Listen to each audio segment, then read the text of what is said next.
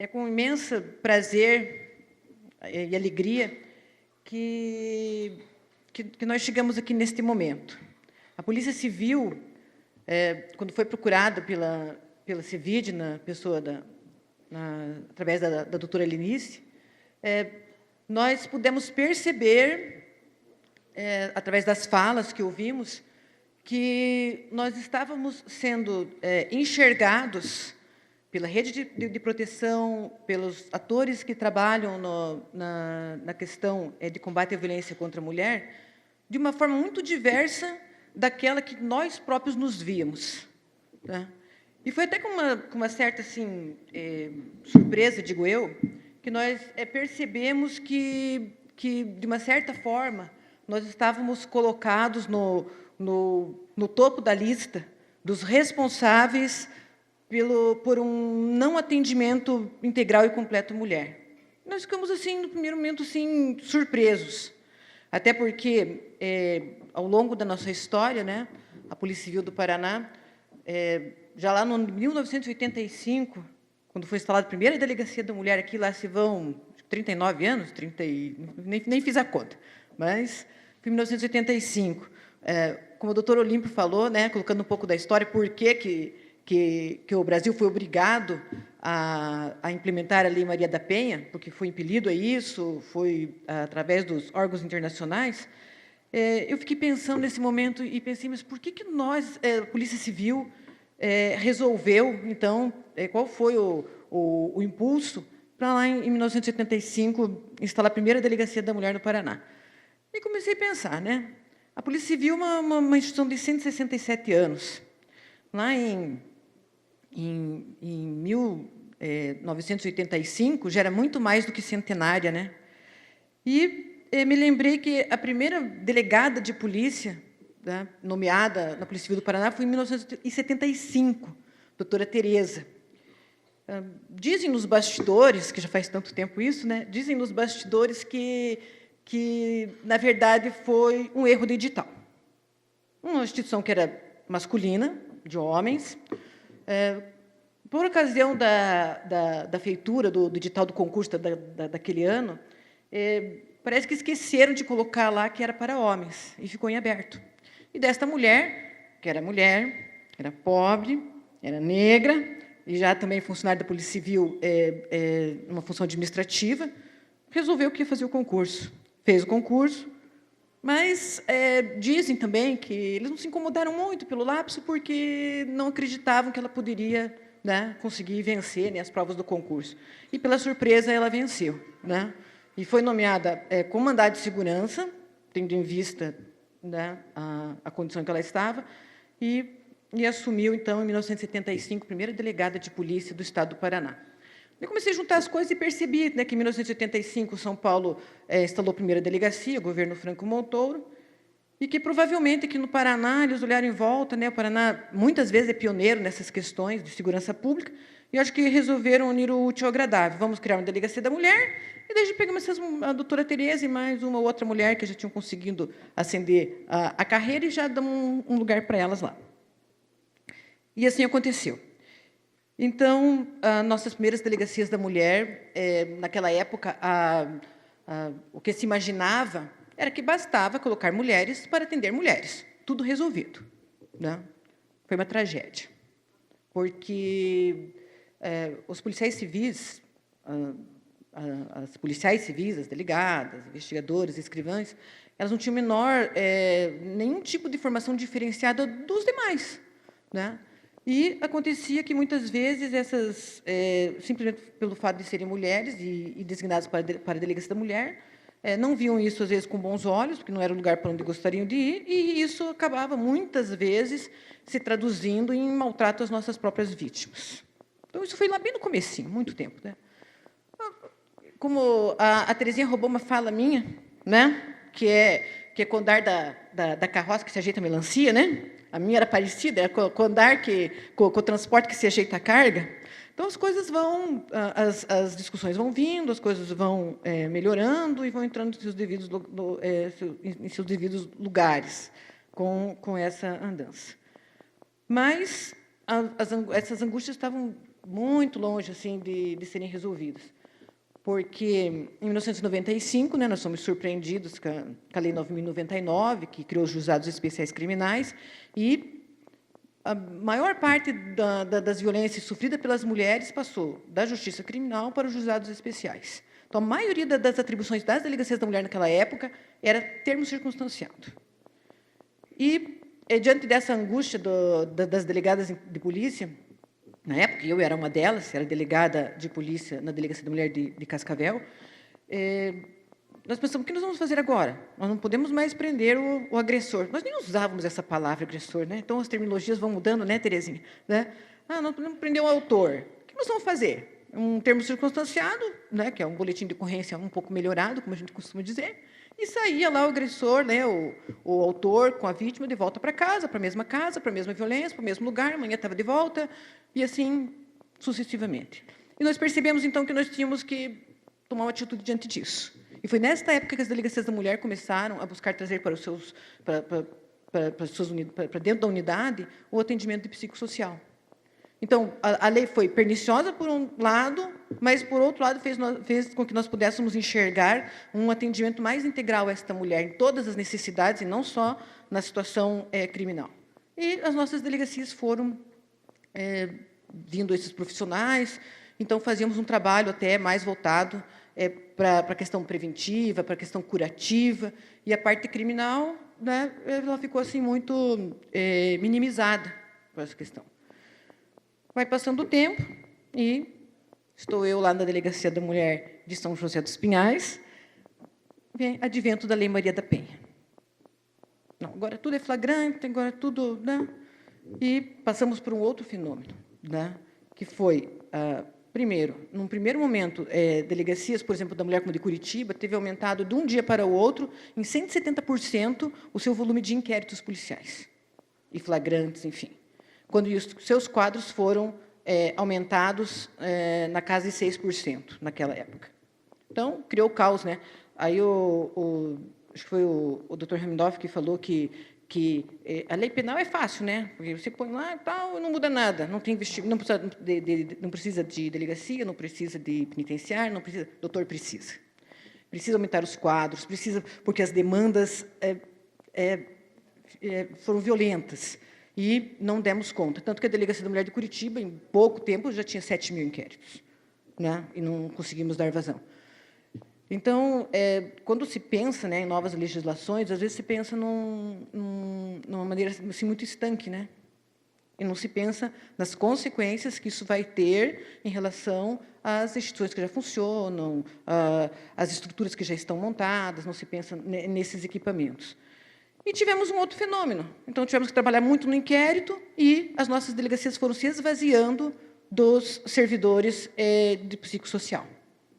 Né? E hoje, na verdade, pouco temos esse tipo de profissional trabalhando com a gente. Numa outra vertente, percebemos já naquela época essa necessidade de trabalhar em rede, porque até então não se falava nisso. Não se falava em rede de proteção à mulher, nada, era cada um lá no seu quadradinho, fazendo o seu trabalho da melhor forma que podia, e não existia rede. E, naquela época, lá no ano de 2000, nós começamos a trabalhar, o primeiro trabalho em rede, que foi em São José dos Pinhais, porque a Delegacia da Mulher lá foi instalada no ano de 2000. Né? E tinha uma psicóloga que trabalhava comigo, né, a doutora Julita, que era assim, era uma pessoa muito visionária e muito amorosa naquilo que ela fazia. E ela chegou para mim e falou assim, doutora, vamos visitar o secretário da Saúde? Eu falei, e o que eu tenho para falar com ele? Né? Não, veja bem, as mulheres chegam aqui, vítimas de violência sexual e tal, a gente atende aqui, mas não tem continuidade. Eu falei, o que nós vamos falar com ele? Ela falou assim, nós vamos pedir para ele 3 coisas, nesta ordem. Fornecimento de contracepção de emergência, pílula do dia seguinte. Na época falava-se coquetel de AZT, né? Especificamente para impedimento da instalação do vírus da AIDS, e aborto legal. Eu falei, está louca. Ele vai fazer a gente correr de lá. Não, mas vamos lá. E fui. E eu tinha razão e ela também tinha razão.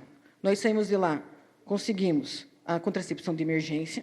Quando falamos do coquetel DZT, naquela época existiam protocolos do Ministério da Saúde, onde ele só podia ser ministrado e concedido a quem já era portador do vírus da AIDS. Então, era muito limitado, era muito difícil. E quando ele me fez essa argumentação, dizendo que não poderia fornecer de forma preventiva, eu falei para ele, tá bom, secretário. Então, eu vou mandar as mulheres aqui e o senhor vai olhar no olho delas e vai dizer assim, olha, você pode estar contaminada com o vírus da AIDS e o coquetel do AZT pode impedir a instalação do vírus, mas você não tem direito. Daí você manda ela voltar daqui 3 meses para ver se ela tem o vírus, daí você fornece. E ele ficou me olhando e conseguimos também, né? O aborto legal naquela época nem pensar, né? Era muito assim. Hoje, então, a carroça já andou, a melancia já. E hoje nós temos as redes de proteção. E a Polícia Civil vem caminhando, né? Hoje, nesta cultura de universalidade do atendimento, da proteção integral, de acolher esta mulher, de fazer os encaminhamentos. Tiveram, nesse tempo, outras mudanças de legislação, como a questão das lesões corporais de natureza leve, né? Que hoje são de alçada pública incondicionada. Então, isso tudo vai mudando também o perfil da unidade policial, né? Mas, e hoje chegamos aqui hoje. Paraná, 20 delegacias da mulher instaladas. A divisão de polícia especializada, que hoje congrega essas unidades, tem também, junto com ela, a coordenadoria das delegacias da mulher, a CODEM, coordenada aqui pela doutora Márcia, que está aqui com a gente. E isso também nos proporcionou, depois da criação da CODEM, em 2012, que nós pudéssemos, para o Paraná todo, disseminar essa cultura, né? de aproximarmos, o tanto quanto possível, a uniformização dos atendimentos, respeitadas, claro, as características aí de cada região. E é nesse momento que a Polícia Civil está hoje. É nesse momento que nós estamos hoje. Quando eu fui convidada, nós conversamos para vir fazer uma fala aqui, da mesma forma, tenho certeza, como o doutor Mário, como o doutor Olímpio, né, como a Terezinha aqui que falou há pouco, tenho certeza que muitas coisas que eu tinha pensado em dizer, eu já vi que não são mais importantes. Ou porque já foram ditas, ou porque, talvez, em pouco tempo que eu fiquei aqui, eu já tinha mudado algumas ideias, né? E outras que pensei que não diria, vejo que é importante aqui nesse momento. A nossa estada hoje aqui está assim, alicerçada principalmente em como que nós vamos dar essa efetiva assistência à vítima de violência doméstica nos casos de ausência da conduta típica. Se não temos o que fazer nesta área, então, como já foi dito aqui, a questão da prevenção, do empoderamento da mulher, a questão muito bem colocada aqui pelo Dr. Ramindoff em relação à educação, a ensino nas escolas, na universidade, as questões relativas à violência contra a mulher, me parece que é o caminho, né? É o caminho da prevenção, é o caminho do acolhimento. Só que nós temos algumas angústias em relação a isso. Como que nós fazemos, essa delegada da mulher, nós temos aqui 6 hoje, né? Como é que nós fazemos quando bate na nossa porta lá, meia-noite, essa mulher vitimada? Eu vou dizer para ela, olha, o governo federal está deixando umas verbas aí, então nós vamos educar as crianças, daqui 20 anos, quando eles forem adultos, eles não vão mais bater nas mulheres e tal, está resolvido. Não dá, né? Não dá. Como que nós vamos falar para essa mulher que recebe a coroa de flores, né? A coroa de flores toda semana, de um ex-namorado? Vou dizer assim, mas flor é tão linda, né? Isso está se incomodando? Isso não é um tipo penal. Dentro das nossas possibilidades, nós fazemos muitas ginásticas jurídicas para tentar abraçar esta mulher do ponto de vista da persecução criminal. Num caso desse de coroa de flores, se eu estivesse lá na delegacia, eu não hesitaria. Enquadraria em crime de ameaça, porque coroa de flor se manda para defunto, é uma ameaça implícita, e eu faria isso. Agora, esse entendimento vai ser acolhido pelo Ministério Público? Vai ser também entendido pelo juiz de direito? Né?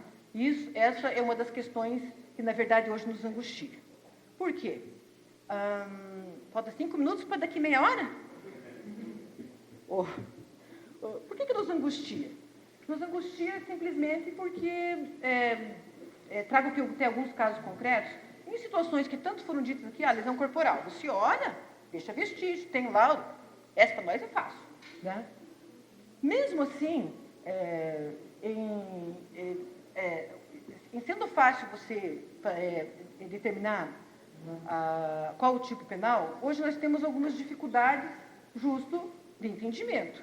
O que para o delegado de polícia se enquadra na Lei Maria da Penha, muitas vezes para o promotor ele não tem o mesmo entendimento, às vezes o juiz tem um outro entendimento, e na verdade o que nós sentimos hoje realmente é a falta assim, de uma diretriz, de um entendimento, né, entre os atores, principalmente da persecução penal, para que nós possamos dar uma maior efetividade. Por exemplo, nós temos um município nosso aqui que tem Delegacia da Mulher, onde a delegada me relatava que 1/3 das medidas protetivas, lá na cidade dela, o Ministério Público é contra, indefere, quando na ausência da representação. Mas o juiz, mesmo assim, decreta. Então, nós temos hoje assim que, nas questões que já são tipos penais, já está muito claro, nós já temos uma dificuldade, né, de ter uma uniformidade de entendimento. A crítica aqui é uma crítica, assim, em termos. Por quê? Porque o sistema é feito de pessoas, nós estamos aí para isso, né? Que é para conversarmos, para discutirmos e debatermos, até porque, na medida do possível, melhor se aplica a justiça. Não é uma questão assim de... desculpa a expressão, Maria vai com as outras, né? Um falou, outro não concorda. Mas nós temos já, concretamente, essa dificuldade. Né? A Delegacia da Mulher de Curitiba, ano passado, registrou 6.400 e poucos boletins de ocorrência. Encaminhou 4.600 e poucas medidas protetivas. Então, o trabalho é muito forte. O trabalho é feito com muito afinco. Não existe, nessa questão, quando se coloca, até como nos colocou como ponto de reflexão, que aqui até quando foi colocada a apresentação, então a mulher chega na delegacia e é negado o registro do boletim de ocorrência. Nós temos que entender como funciona e por que às vezes é negado o registro do boletim de ocorrência. Primeiro, eu vou registrar um boletim de ocorrência numa situação dessa, então de violência psicológica, que naquele momento a autoridade policial não vislumbra um tipo penal. O que eu vou fazer com isso? Tudo bem, registrei. Eu vou fazer o quê? Eu mesmo vou despachar, tendo visto o tipo penal, arquivo-se. Eu vou encaminhar com esse BO uma medida protetiva de urgência, né? Eu vou encaminhar. Nós sabemos hoje que nem todos os entendimentos são pacificados. Tem juízes que entendem que mesmo não havendo representação e não havendo inquérito policial, é possível o deferimento da medida. Tem juiz que entende que não é possível, que tem que ter a representação e o inquérito policial instaurado. Então, nós temos muitas polêmicas e questões que já são mais objetivas e talvez pudessem ser mais facilmente resolvidas. Então, imagina um delegado de polícia onde várias vezes tem negado as medidas protetivas que encaminhou, pedido pela ofendida, que ele vai pegar esse boletim de ocorrência, que é um atípico penal, e vai encaminhar uma medida protetiva. Ele vai sofrer duas coisas. Duas coisas vão acontecer aí. Né? Uma delas é sofrer uma reprimenda, porque toda a decisão judicial é fundamentada, e muitas vezes, essa fundamentação muitas vezes vai ferir até a dignidade do delegado de polícia, porque já temos algumas decisões nesse sentido, onde o delegado de polícia foi severamente criticado, né, porque naquela situação o magistrado entendeu que não cabia. E criticou severamente o delegado de polícia, inclusive de forma muito assintosa, assim, e até desrespeitosa. Então, nós temos essa dificuldade, né, de fazer esse encaminhamento, fazer um encaminhamento de uma situação que não é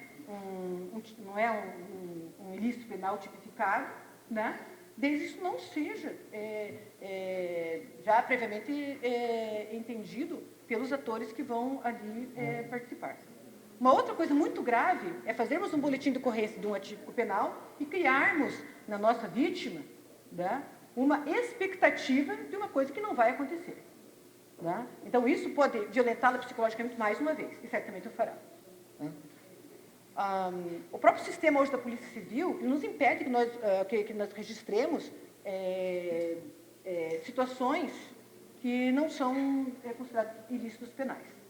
Então, nós temos os ilícitos penais já no nosso sistema, temos que escolher um daqueles que estão ali, que são os que estão tipificados na lei, e quando fazemos, muito raramente, se registrarmos um boletim de ocorrência, assim, natureza a apurar, nós vamos depois nós vamos ser questionados e admoestados para fazer a adequação típica daquela situação. Então, não é assim tão fácil. Antes a gente registrava, né? A Polícia Militar registrava lá perturbação da tranquilidade, conduta inconveniente. Hoje não é mais possível. Tá? Então, isso é uma conversa que tem que ser, na opinião da Polícia Civil, né? Qualquer tipo de tratativa nesse sentido teria que ser entre as corregedorias, para que se criasse, então, um protocolo, um termo de cooperação, que mesmo o delegado de polícia estando ciente que não se trata de um ilícito penal, ele vai registrar meramente para a questão de solicitação de medidas protetivas. É uma coisa assim que nós teria que ficar muito claro. Quando nós falamos em delegacia de polícia, e foi aqui dito, né, que tem que ser o órgão, a instituição que vai primeiro atender, porque é a principal porta de entrada. É de madrugada, sábado, domingo, é lá que as mulheres vão. Né? A questão dos encaminhamentos. Quando nós falamos de Curitiba, isso não é difícil. Temos uma rede bem estruturada, estamos em breve nos mudando para a Casa da Mulher Brasileira, né? Temos outras unidades, temos 20 cidades onde temos delegacias da mulher, mas temos outras tantas e muitas, que nós temos a delegacia de polícia, que nós chamamos lá a clínica geral, que não tem especialidade nenhuma e atende todas as situações. Quando falamos nessa delegacia de polícia, nós temos que entender que não basta a boa vontade da divisão de polícia especializada ou das delegacias da mulher, que são apenas 20. Nós temos uma condição melhor de compreender as questões de violência doméstica, mesmo porque somos especialistas no assunto. Quando nós vamos levar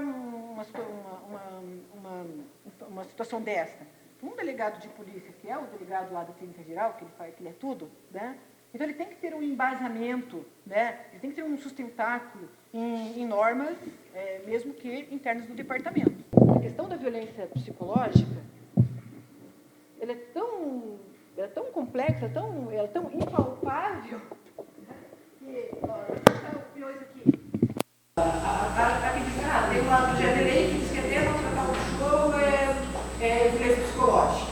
Temos uma outra fala aqui dos homens que olham com outros olhos, com outro prisma, que já tem uma fala diferente. Esses dias eu vi aí uma decisão que parece que o juiz definiu que o guarda compartilhado do cachorro, né? Estava na mídia. Então, você viu o guarda compartilhado do cachorro? Me parece que os tutores do animal, né, tem por ele um apreço muito diferente como se fosse um mero objeto. Então, são coisas assim, extremamente complexas, são coisas que entram na particularidade de cada pessoa, né? E por isso, simplesmente, talvez, fazer-se uma tipificação aberta, talvez não fosse a melhor solução. Então, para melhor fomentarmos os debates que vamos fazer logo mais nos grupos, e estou ansiosa, porque tenho certeza que vão ser muito interessantes, porque são pontos de vista de atores que trabalham em momentos estanques, né, de toda esta problemática. A Polícia Civil do Estado do Paraná, a Divisão de Polícia Especializada, a academia, né, a Escola Superior da Polícia Civil, aqui é o nosso diretor, nós somos extremamente abertos, né, para qualquer tipo de tratativa que seja embasado num instrumento formal, né? Seja ele partir para criminalização, qualquer iniciativa nesse sentido, se for entendimento de todos, né? Ou um instrumento formal que o bastante para embasar a decisão do delegado de polícia no momento de lavrar esse boletim de ocorrência, em que pese seja um atípico penal. Obrigada.